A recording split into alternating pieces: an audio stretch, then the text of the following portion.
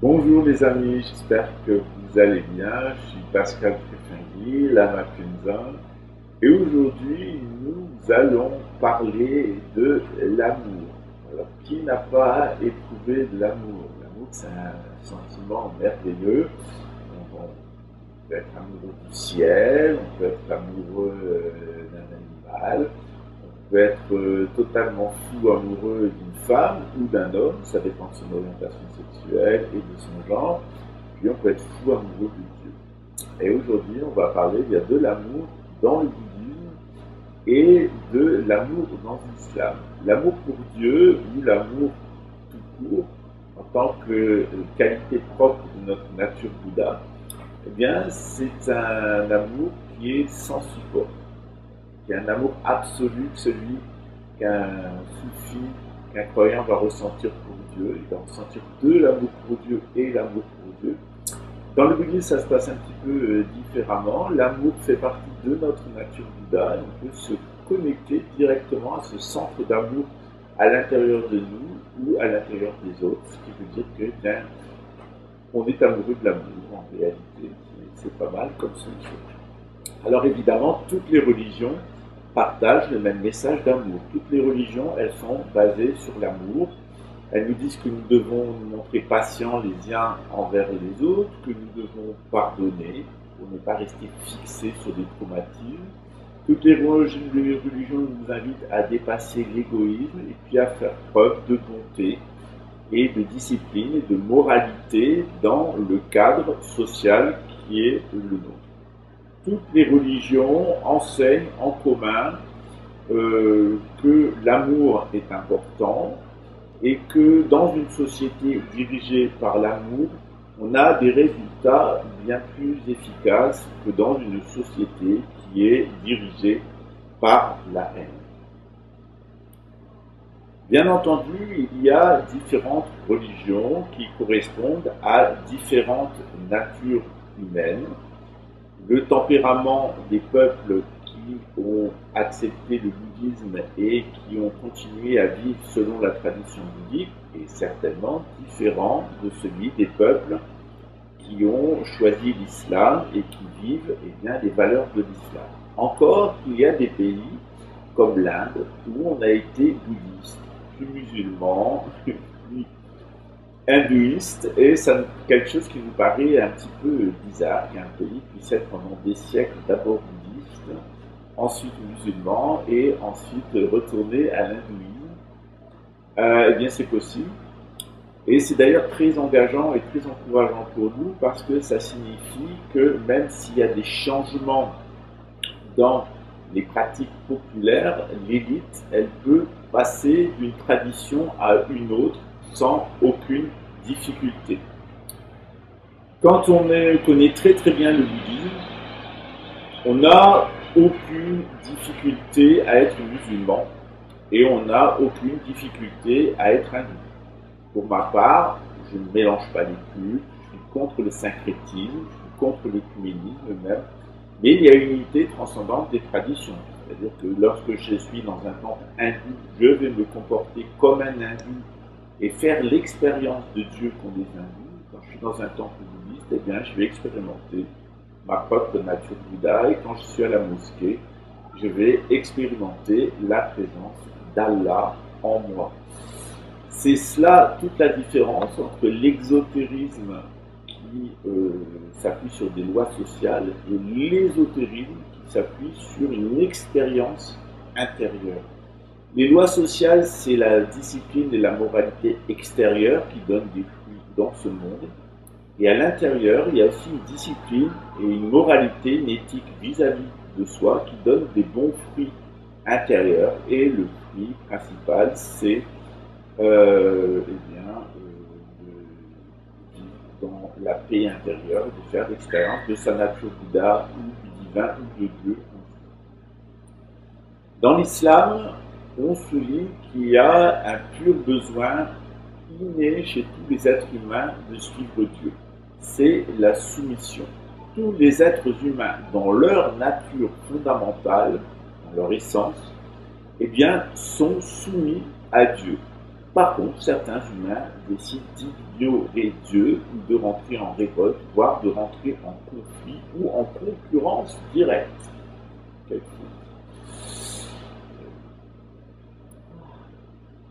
Quel phénomène, comme dans l'islam, nous avons donc une première dimension qui est la soumission. On doit se soumettre à Dieu comme un enfant se soumet à son père et comme un employé se soumet à son patron avec le plus de loyauté possible.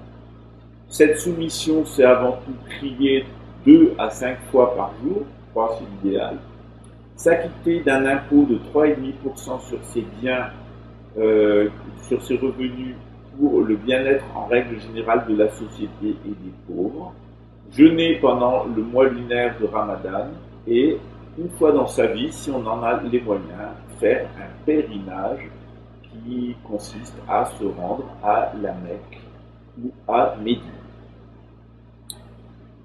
Dans le deuxième élément important dans l'islam, c'est la foi et l'excellence. La foi, ça veut dire accepter les vérités fondamentales de l'islam et l'infaillibilité du Coran en tant que manifestation de la table gardée, c'est-à-dire d'un livre céleste qui se manifeste à travers le livre humain du Coran. Le Coran veut dire la récitation. La troisième vertu, le troisième principe de l'islam, c'est l'excellence, je vous l'ai dit. C'est une question qui est extrêmement pertinente lorsqu'on va s'intéresser au domaine de l'amour. L'islam nous demande d'être excellent. Excellent en tibétain, c'est trimlé. Voilà, je suis lama, dechen, kunzang, trimlé. Ah, elle est pas mal celle-là. Ça veut dire que je dois aussi réaliser une certaine excellence. C'est-à-dire qu'il faut que j'essaye d'être meilleur en permanence, parce que le lama qui m'a donné ce nom a pensé qu'il n'était pas il m'a dit Dechen, c'est-à-dire que tu dois aller te mettre vers la terre pure de l'Ouest, ce que j'ai fait, je suis au Brésil, dans la terre pure des indigènes. Ensuite, il m'a dit Kunsang, c'est-à-dire que tu dois réaliser le Dieu, le Bouddha primordial, la vie Bouddha primordiale. Après, triné, c'est-à-dire que tu dois le faire de façon excellente. C'est-à-dire que tu dois parfaitement, excellemment réaliser Dieu à l'Ouest. Donc, je m'y suis mis. Et c'est pour ça que je suis là, avec les motos brésiliennes qui passent, pour me rappeler que rien n'est parfait et que l'excellence est un but à atteindre que l'on n'a jamais atteint. L'excellence dans le domaine de l'amour, c'est qu'on doit aimer de façon excellente. Aimer de façon excellente, c'est de façon libre. On ne peut pas suggestionner une personne pour qu'elle nous aime. On ne peut pas suggestionner 2 personnes pour qu'elles s'aiment. Ça ne marche pas et ça finira toujours mal. On ne peut pas faire de la magie pour obliger une personne à nous aimer. Ça ne marche pas. Il y a ce qu'on appelle la loi de rétribution et ça se retourne contre nous. Et c'est certainement un des principes les plus importants de l'islam, c'est que Dieu est juge de notre comportement. Dieu est celui qui va nous châtier, nous donner la rétribution de nos actes, et Dieu est aussi celui qui est miséricordieux et qui nous pardonne. Tout le jeu de l'islam, c'est de sortir de ce que les Juifs appellent l'axe de rigueur, l'endroit où Dieu nous donne des coups de pied dans le cul, et il nous fait payer nos fautes, un trait jupitérien, pour nous mettre dans l'axe très vénusien où Dieu nous aime et nous pardonne toutes nos fautes comme une maman qui nous aime, nous pardonne nos fautes. Le judaïsme, souvent, c'est le dieu de la vengeance, c'est le dieu vengeur, Yahvé, qui punit, qui châtie, il est très jupitérien. Et puis, il est remplacé par un dieu très chrétien qui est un dieu de l'amour, un dieu du pardon, de la miséricorde, un dieu qui nous aime comme une bonne maman et qui va nous pardonner tous nos péchés. Bien entendu, dans l'islam, pour arriver à ce pardon divin, à cette miséricorde divine, on ne peut pas être châtié par Dieu, il ne peut pas se comporter comme juge avec nous, il faut avoir une certaine éthique. En particulier, on nous demande d'être honnête. Il faut être honnête envers Dieu et il faut être honnête envers nous-mêmes et ensuite être honnête envers les autres. C'est-à-dire, on ne négocie pas avec Dieu. Je donne souvent l'exemple d'un rabbin.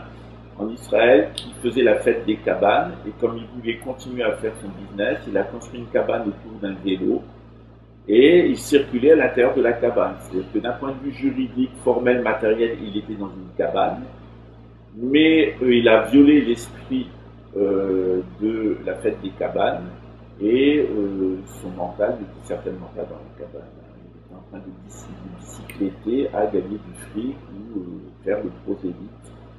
On a là vraiment la déchéance d'un clergé, mais à un niveau qui est absolument misérable, de déchéance de l'esprit, de déchéance mentale et de préoccupation seulement par les aspects les plus extérieurs et les plus dérisoires de la loi, comme le nombre de fois on va ouvrir son paquet de Kleenex. Comme disait Jésus, vous laissez passer un chameau et vous noyez un insecte. Vous êtes pareil à des sépulcres blanchis. Vous paraissez beau au dehors parce qu'on vous a repeint à l'heure du temps, à l'ère du temps, mais à l'intérieur, vous êtes rempli d'ossements et d'impuretés. Jésus dit d'ailleurs, lequel de vos prophètes n'avez-vous pas persécuté? Lorsque les prophètes sont vivants, vous les persécutez et vous les tuez, et vous construisez ensuite des tombes sur leur corps, où vos descendants viennent les honorer, répétant le crime de leur père, Israël, Israël, combien de tes prophètes n'as-tu pas persécuté? Ça vaut dans toutes les traditions. Il y a beaucoup d'enseignants bouddhistes excellents qui ont été persécutés. Il y a aussi des grands enseignants de l'islam qui ont été persécutés. C'est le cas d'Ibn Arabi. C'est aussi le cas de Al-Mansour, Al-Halaj, qui a été assassiné parce qu'il avait réalisé que Dieu vivait à l'intérieur de lui. Il a dit Al-Halaj, je suis Dieu. Et il a été amputé de tous ses membres et mis à mort sous les yeux de ses étudiants. Évidemment, dans l'islam, pour être excellent, on mène un djihad, c'est-à-dire une guerre à l'intérieur de soi. Voilà. Et pour savoir comment mener cette guerre à l'intérieur de soi, on va voir un imam. L'imam va nous expliquer ce qui est juste et ce qui est injuste, et il va nous demander de lutter à l'intérieur de nous contre ce qui est injuste, et éventuellement aussi à l'extérieur. Mais d'abord, on lutte contre son propre comportement injuste. Ensuite, on va lutter contre l'injustice à l'extérieur. Lorsqu'on demande un avis juridique sur une question, ça s'appelle une fatwa. Voilà. Une fatwa, c'est pas une condamnation à mort. Il y a que chez J'abat mon cerveau au cannabis que c'est une telle imbécilité. Mesurer le niveau de confusion mentale de ces gens-là et comment ils mettent les autres dans la confusion mentale, mais généralement c'est le cas des Néandertaliens, surtout lorsque c'est des Ashkénazes qui ont apostasié.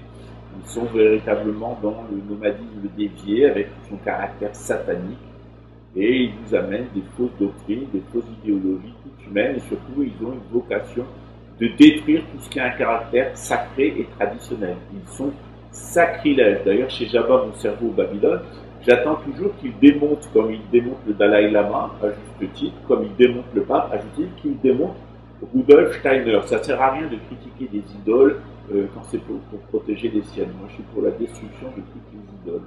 Voilà. Par contre, il y a du bon dans l'institution du Vatican, il y a du bon dans l'institution des Dalai Lama, il y a aussi du bon chez Rudolf Steiner, notamment dans l'agriculture biodynamique, je l'ai souligné plusieurs fois. Ce qui est intéressant, c'est de ne pas faire des idoles, de se saisir de ce qui est bon et de rejeter ce qui est mauvais. C'est ce qu'on appelle la voie du juste milieu. Dans l'islam, eh bien, on met l'accent sur la charia, c'est-à-dire l'éthique intérieure et l'éthique extérieure, la moralité intérieure et la moralité extérieure. On doit partir au combat contre notre propre immoralité et l'immoralité extérieure. Et puis surtout le pardon, on est invité à pardonner aux autres. Voilà le dispositif de l'islam. Dans le bouddhisme, on a un dispositif qui est très proche. C'est pour ça que moi je suis musulman, mais je suis un bouddhiste dans le cadre de l'islam. Des gens qui ne comprennent pas, c'est normal, il y a des gens qui pensent qu'on ne peut pas être médecin et pakistanais, qu'on ne peut pas être français et ne pas savoir faire la cuisine française. C'est comme ça, c'est ce qu'on appelle les préjugés. En tout cas, on a des principes fondamentaux dans l'islam qui ressemblent beaucoup. D'abord, dans le bouddhisme, on pense qu'on a une nature Bouddha qui est sans commencement ni fin. Elle a toujours été là. Et donc on rejette la notion de Dieu créateur. Par contre, on conçoit que dans le monde où on est, il y a un créateur du monde dans lequel on est. C'est ce qu'on appelle un démiurge. Par exemple, quand vous êtes dans la terre pure de Dewachen, eh bien, le Dieu créateur de la terre pure de Dewachen, c'est le Bouddha Amida. Ici, on est dans le monde de Mara, le prince de ce monde, et le créateur du monde dans lequel nous sommes, c'est Mara. Et lorsque les êtres humains naissent dans le monde de Mara, ils naissent ignorants.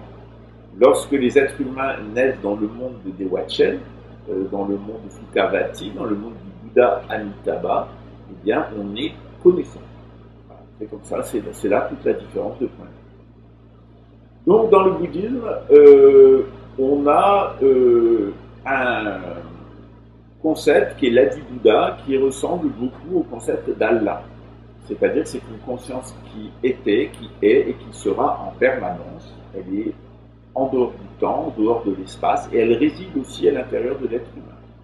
Donc on voit que le concept d'Allah et le concept de Allah en moi, il existe dans le bouddhisme, c'est ce qu'on appelle l'Adi-Bouddha ou Kultutsanpo Kunzang en tibétain. Voilà, une fois de plus, je vous dis, vous avez rencontré Dieu. C'est une blague. Il y a des gens qui sont capables de le découper et de dire que je me prends pour Dieu. D'ailleurs, il y a deux choses, il y a être Dieu et se prendre pour Dieu. Et Dieu, nous sommes tous, je suis Dieu, vous êtes Dieu. Nous sommes Allah, Al-Halaj. Comme moi, nous sommes Allah, nous sommes la divinité. Évidemment, il y a un Dieu créateur. Par exemple, dans notre terre ici, c'est la personne qui a créé, le démiurge qui a créé cette terre, eh bien c'est Mara, le prince de ce monde. Et dans la terre pure de Dewachen, eh bien c'est le Bouddha Amitabha. Nous, ce qu'on cherche, c'est à sortir de ce monde. Et après notre mort, pouvoir renaître dans la terre pure de Dewachen. C'est ce qu'a fait ma tante Jacqueline Rachel, le nom spirituel tibétain, et Dechen Dorje, puisqu'elle a été une enseignante dans d'autres existences, donc plus de conscience, ils se sont liés depuis très très longtemps. Elle nous a fait beaucoup d'espiègleries toute sa vie, mais particulièrement au moment de sa transition dans l'au-delà. J'ai jamais vu quelqu'un traverser le bardeau aussi vite. En 24 heures, c'était fait et elle était déjà dans la terre de Dewachen. Elle nous a vraiment délivré des messages merveilleux. On a eu des pluies de fleurs, on a eu des manifestations d'oiseaux, on a eu vraiment, ça a été extraordinaire. Toutes les bénédictions, même au moment de sa mise en terre. On ne brûle pas les enseignants, elle est là-bas, on ne brûle pas les pratiquants de haut niveau dans le lit. C'est pour ça que nous l'avons enterré. Avec tous les objets rituels du Dharma, les Dorje, des Nibu, Tanga, etc. Tout a été fait parfaitement dans les règles. Voilà. Et elle nous avait d'ailleurs annoncé sa mort 10 jours avant, en nous précisant que ça serait ou le matin ou l'après-midi, etc. Elle avait demandé des mantras, etc. Elle était en parfaite santé le vendredi, on est allé au restaurant ensemble, puis le dimanche matin, elle est partie faire sa transition comme un dorje, comme un éclair. Évidemment, dans le bouddhisme, on a, comme dans l'islam, de l'éthique, c'est-à-dire qu'on doit suivre une certaine discipline. Principalement, on ne doit pas mentir, on ne doit pas voler, on ne doit pas tuer. Par contre, on peut être amené à tuer par compassion. Quand il y a quelqu'un qui souffre trop, on va l'aider à finir sa vie. On peut être amené à voler, c'est-à-dire par exemple voler un voleur. C'est-à-dire que quand quelqu'un a chippé quelque chose à quelqu'un, on va aller lui chipper pour le rendre à la personne, c'est voler.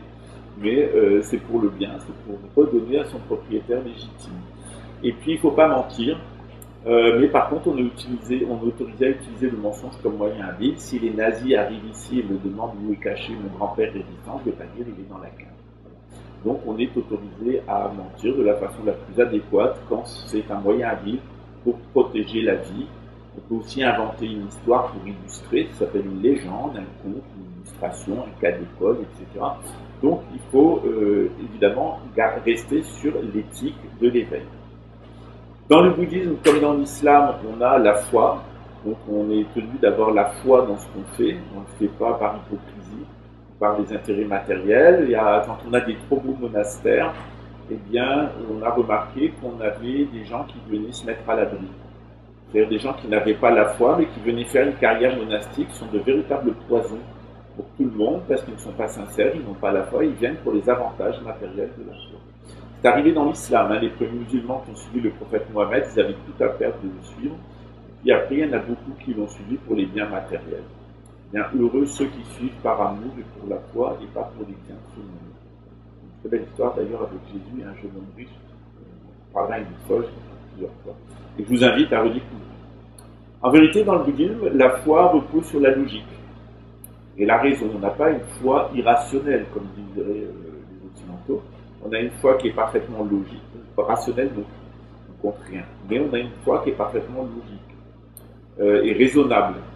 Et on a une source valide d'information en matière de foi qui est le Bouddha. Donc on croit le Bouddha Sakyamuni, on expérimente ce que nous a proposé le Bouddha Sakyamuni, et ensuite on peut en conclure que c'était exact. Dans le bouddhisme, on dit toujours soyez votre propre maître, soyez votre propre disciple.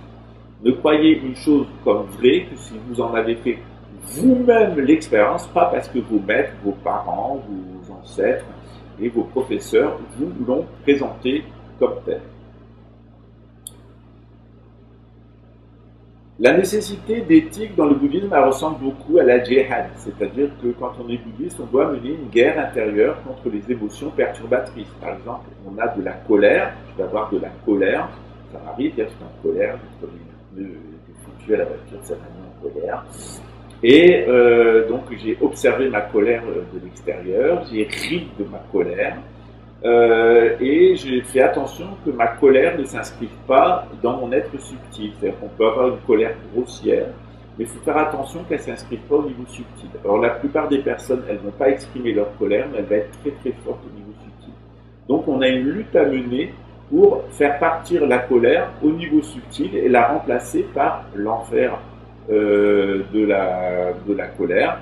Et l'envers de la colère, eh bien, c'est de ne pas être en colère. Voilà, c'est d'être équanime. Évidemment, dans le bouddhisme, on prend refuge dans le dharma et pas dans la charia, c'est-à-dire on prend refuge dans la loi énoncée par le Bouddha et dans cette loi à l'intérieur de nous telle qu'elle s'applique à nous. On découvre sa propre nature Bouddha et on voit comment elle est différente pour chacune des personnes. On est fidèle à notre propre nature Bouddha.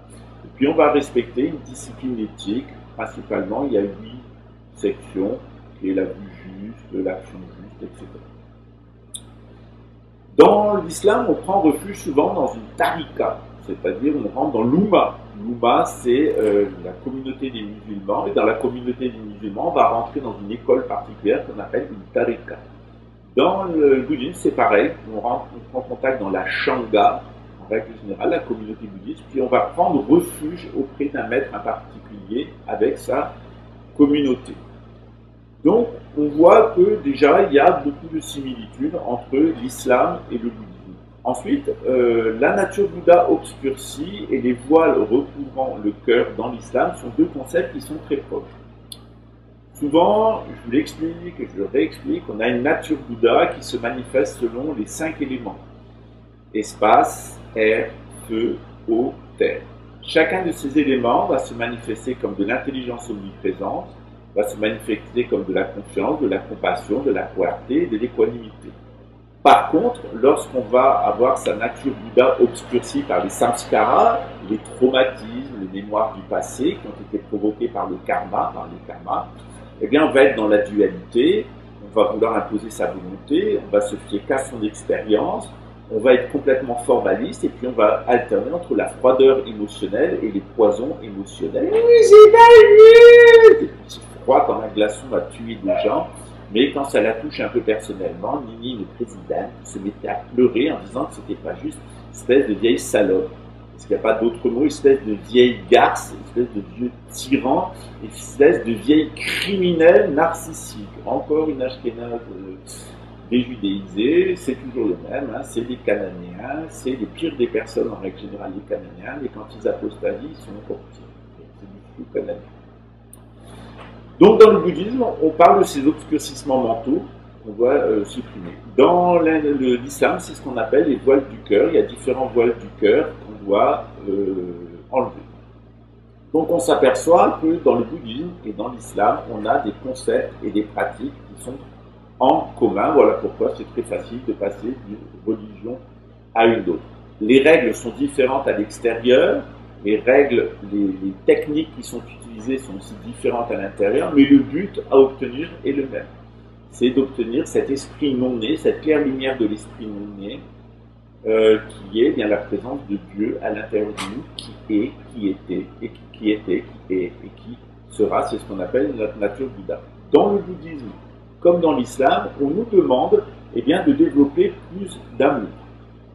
Alors évidemment, il faudrait d'abord définir ce qu'est l'amour, comment on peut développer cet amour, comment en fait on peut opposer la sanction divine ou les lois de la causalité, les lois du karma, on peut les opposer, ce qui est une forme de châtiment, que ce soit le châtiment de Dieu ou le châtiment du karma, il y a une fonction de châtiment, mais dans le bouddhisme comme dans l'islam, il y a une fonction de miséricorde. Comment est-ce qu'on sort de la roue des existences, de la roue des devenirs? Comment est-ce qu'on sort du châtiment divin? Eh bien, le bouddhisme comme l'hindouisme ont proposé un certain nombre de techniques qui sont différentes et sur lesquelles on reviendra dans un deuxième volet de cette capsule. Je vous remercie pour votre attention. Je dédie cette capsule à l'élévation de l'âme de ma tante Jacqueline Rachel, d'Etienne Dodge, à la guérison, au rétablissement de la santé ou au passage le plus agréable et le plus facile possible de